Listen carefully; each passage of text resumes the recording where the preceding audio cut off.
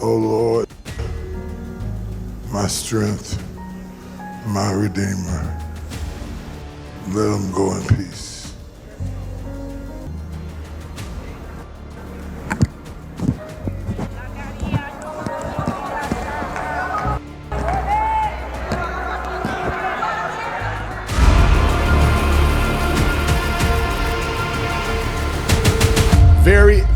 Very scary moment there for Bishop T.D. Jakes during his live service at the Potter's House here in Dallas. I visited the Potter's House many times, and amazing ministry there. I'm a big fan, huge fan of T.D. Jakes, his books.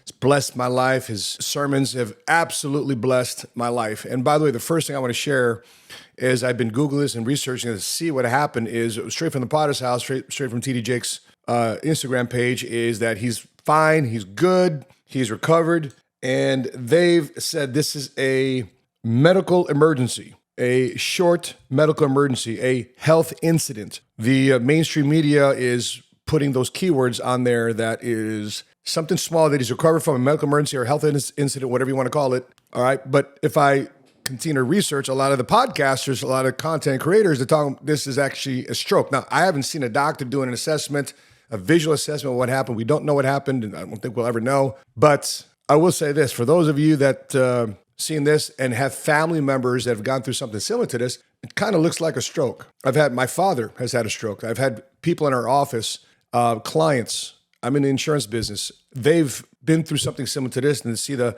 trembling there at the end. I didn't see a drooping of the face on either side, so I'm not so sure if it is a stroke or not, but it doesn't look good. It doesn't look like it's something that is to be taken lightly. I will say this, though. If you're a believer, if you're a Christian, if you're a person in the faith, you ought to be praying for our leaders, our worship leaders, our pastors, our country's leaders, your boss. You should be praying for everybody. For you to go out there on social media right now talking about you're wishing ill on Bishop T.D. Jakes, and you're a believer and you call yourself a believer, shame on you. Shame on you. Shame on you that you're a believer. Shame on you that you're a Christian. You call yourself a Christian and you're wishing ill on another human being. You're wishing ill on somebody because of their associations with Diddy or what the case.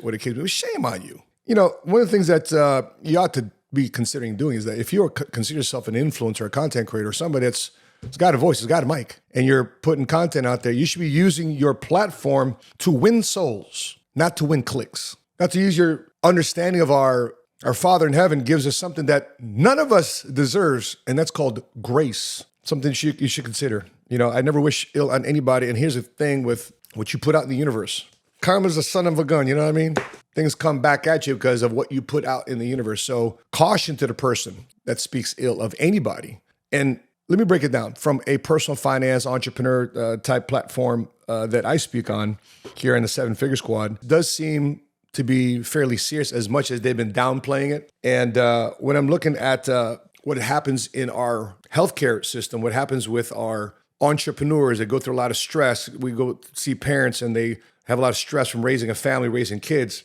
Some interesting stats here I just want to bring up just for you to be concerned about, to be worried about, to be planning, somebody to be thinking about is number one here. I just asked, is the rate of strokes increasing among younger people? And this report here from Froedtert and the Medical College of Wisconsin says, too young for a stroke, think again. More young adults are having strokes. So it's not just to say for those people that are older, know what to look for and how your lifestyle increases your risk. I'll reference a couple of things here in my book that I've written down and a couple of videos we shot here of someone who survived a stroke. But I've seen, being in the insurance business, being in the retirement planning business, not necessarily people are 50, 60, 70 years old having strokes. It's people in their 30s, their 40s having strokes. Right here in UC Health, it says that ischemic strokes caused by a blocked vessel account for about 87% of all strokes and 60% in people under 50 in the United States. Although the majority of ischemic or hemorrhagic strokes happen to people over the age of 55, the increase in stroke occurrences in younger people has medical professionals heeding warnings that strokes are not just a concern for older adults. Quote, we definitely have seen an increase in poor lifestyle choices for younger people, like unhealthy eating, doing less exercise and activity, and being overweight. Activities like using alcohol and drugs and smoking can also increase your risk for stroke, and these activities are starting at younger ages. So something to be thinking about here for you, if you're watching this, if you're an entrepreneur, you're a business owner, and you are raising a family, you ought to be thinking about making sure you mitigate any of these things here that can cause your health to change. The number one reason why people file bankruptcy is not because they're living, traveling all over the world, just living high on life, buying Gucci bags and drinking, Hennessy Moet. The reason why people are filing bankruptcy is a change in health. Number one reason, go Google it. The number one reason for bankruptcy is a change in health. So just something to be thinking about too as well. If you're planning for retirement, you ought to be thinking about not only planning for retirement, if you're saving for retirement, this is going to affect a lot of you savers. And for those of you building a business, building an asset, building royalties, something to think about too as well as you're putting the time, effort, and work into it. But the dollar figure that you should be considering to set aside for retirement just to pay for healthcare. If you're married, anywhere between $315,000 to $400,000 be tucked away simply to pay for healthcare between you and your spouse. If you're single, $150,000 to $250,000 if you're single.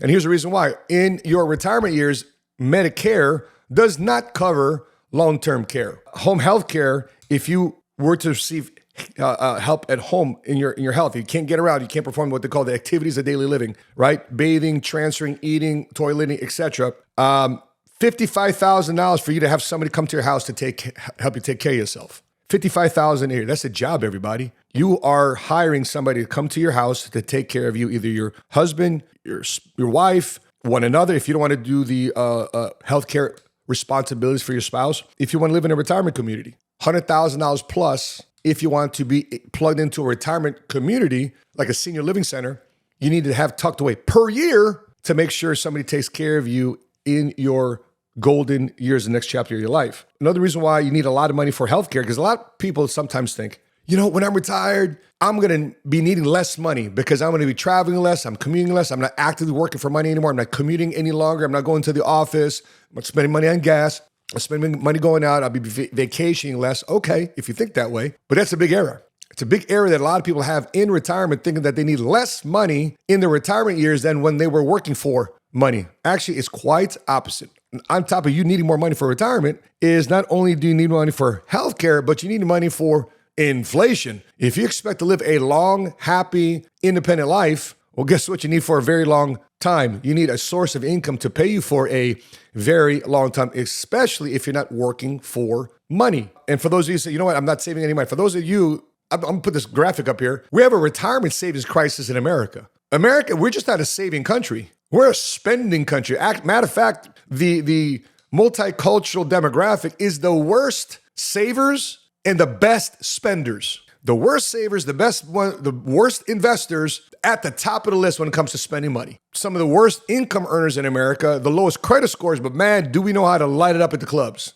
That's a problem. That is an issue. If you want to be independent in your later years or for the rest of your life, starting now, regardless of what age you are, you better start controlling the way you earn income. Whether you save money now, you invest money now, you start a business, create an asset, build an asset, so it pays you for the rest of your life. Like you're in control of your income. If you're sitting there with a one job or you're a salesperson, one source of income, you've got to sell something to make your commission, to make a living. You are the most exposed, risky person in America today because you're one change in health away from financial catastrophe. And by the way, it's just not a financial catastrophe for you. It's for everybody else around you because they got to take care of you. They got to help you around. I mean, how many guys right now in your family are you taking care of grandma, grandpa, abuela, abuelita? You're taking care of Nana, taking care of Papa. How many of y'all doing that? Lola, Lolo. That's Filipino. Well, because Lola and Lola, Nana and Papa, Abuelita, Abuelo, never thought about retirement. You're the retirement plan. They thought you're going to take care of them.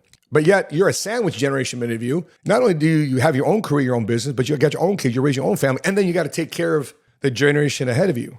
So in order to mitigate that, you ought to be thinking about long-term care and critical illness policies. As a matter of fact, in my book, Gotcha, I write about the 5 gotchas of money, the 5 pitfalls of retirement planning. And regardless if you're a saver or you're an investor or entrepreneur, these are all gotchas that you ought to avoid. And I'm reminded of one case study here, which is Dustin and Kenya Frampton. Dustin would actually build my website, moneysmartguy.com. So check it out, moneysmartguy.com. Dustin Frampton built for me many years ago. And one day he calls up and said, Matt, I think I need to become your customer. I think watching your videos and listen to the podcast you've done and some of the copy I'm putting your website. I think, I'm a father of 4 kids. I'm from Trinidad and Tobago. So my wife's from the south side of Chicago. I got a couple of people working for me in my graphic design company. I think I need to be your customer. Fine. He comes to our office by the behest of one of our agency builders, Wendy Thompson, and she establishes for him a $780 a month policy. Lo and behold, 18 months later, at the young age of 38 years old, Dustin Frampton has a stroke. The ambulance came and got him and took him to the local hospital. And so they're like, he was still out of it. It was really, really hard for the kids to watch. And it was a crazy time in their life, crazy time in our office, knowing that one of our own at 38 years old had a stroke. And thankfully, God willing, pulled him through it. The grace of God pulled him through it. And Wendy and our office, our agency, went to the insurance company because on his policy, it wasn't just a life insurance policy that was paying for $70, $80 a month. A rider attached to it, which is what a lot of modern contracts have today. And by the way, a lot of insurance policies don't have this, which is called living benefit or critical illness riders. And thankfully, he had it on the policy. And on the policy, they said, if you felt this form, blah, blah, blah, blah, blah, change in health. Today, people do not have to die to get money from their life insurance policies. If they have critical illness or long-term care riders on their policies, they can get money, not from the cash value in the policy, they can get money from the death benefit of the policy, again, without having to die, without having to be put in the ground. To experience a change in health, to have your health insurance will take care of the stroke, your health insurance will take care of the medical bills, the health insurance will take care of the treatment, the physical therapy, et cetera, et cetera. But what about you? You got to go back home.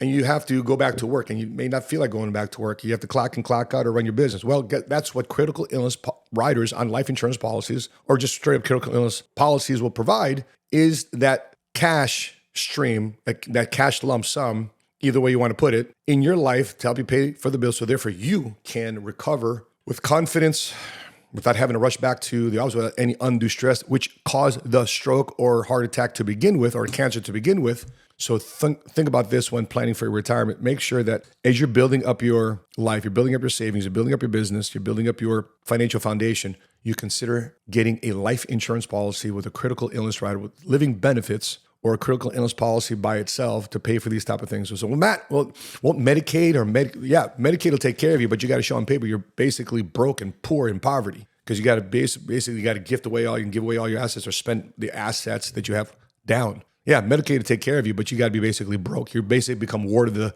state as a senior citizen, as somebody that's on disability. They need to assign a bed for you. And that bed might be across the state, not around where you are living. Not convenient for you. It's got to be convenient to the state. Do you want that type of dependence, or do you want independence? So that being said, guys, I appreciate you watching this. Prayers up for Bishop T.D. Jakes. I pray all is well. Speedy recovery to you. And for those of you out there that's exposed when planning for your finances, planning for your financial future, make sure you get a life insurance policy with a long-term care or living benefit rider, because life insurance policies today, you do not have to die to use. If you don't have anybody else out there to help you, please put your comment section in below. We'll put a link out there for you to contact one of us, and we'll refer you to a local office. That being said, appreciate you guys watching. Subscribe, like, and until we meet again, continue to live smart, continue to love smart, and be money smart today.